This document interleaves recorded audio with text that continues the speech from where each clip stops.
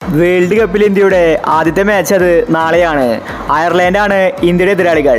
ഇതിന് മുന്നോടിയായിട്ട് ഇന്ത്യ ഇപ്പോൾ പ്രാക്ടീസ് മാച്ച് കളിച്ചിരിക്കുകയാണ്.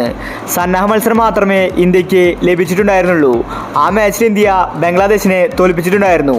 എന്നാൽ ഇപ്പോൾ കോഹ്ലി അടക്കം ടീമിലേക്ക് തിരിച്ചെത്തി. അതുകൊണ്ട് തന്നെ ഇന്ത്യ പരിശീലന മത്സരം കളിച്ചിരിക്കുകയാണ്.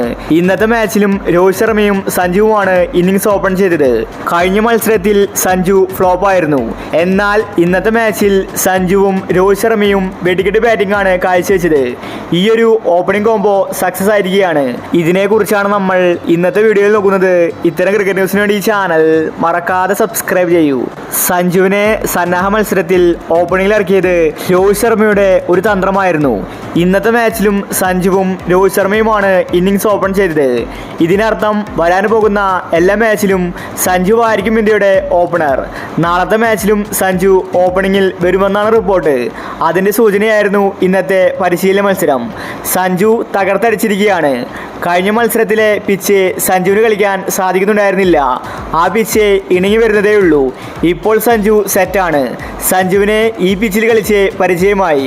അതുകൊണ്ട് തന്നെ ഇന്ന് സഞ്ജു തകർത്തടിച്ചു. സഞ്ജു മാത്രമല്ല രോഹിത് ശർമ്മയും. നാളത്തെ മാച്ചിൽ സഞ്ജു വിമർശകർക്ക് മറുപടി കൊടുക്കും. സഞ്ജു രണ്ടും കൽപ്പിച്ചാണ് വന്നിരിക്കുന്നത്. ഒരു മത്സരത്തിൽ ഫ്ലോപ്പായെന്ന് വിചാരിച്ച് സഞ്ജുവിൻ്റെ ഫോം നഷ്ടപ്പെടില്ല. യഥാർത്ഥ മത്സരത്തിൽ സഞ്ജു കത്തിക്കയറും. സഞ്ജുവിന് വീണ്ടും ഓപ്പണിംഗിൽ അവസരം കൊടുക്കാനാണ് രോഹിത് ശർമ്മയുടെ പദ്ധതി. ഇന്ന് പരിശീലനത്തിൽ സഞ്ജു ഗ്രൗണ്ടിന്റെ 4 ഭാഗത്തേക്കും സിക്സറുകൾ പായിച്ചു. രോഹിത് ശർമ്മയും കോഹ്ലിയും ഒരു നിമിഷം ഞെട്ടിപ്പോയി. അതുപോലെയാണ് സഞ്ജു അടിച്ചു കളിച്ചത്. ആക്രമണ ബാറ്റിംഗാണ് സഞ്ജു പുറത്തെടുത്തത്.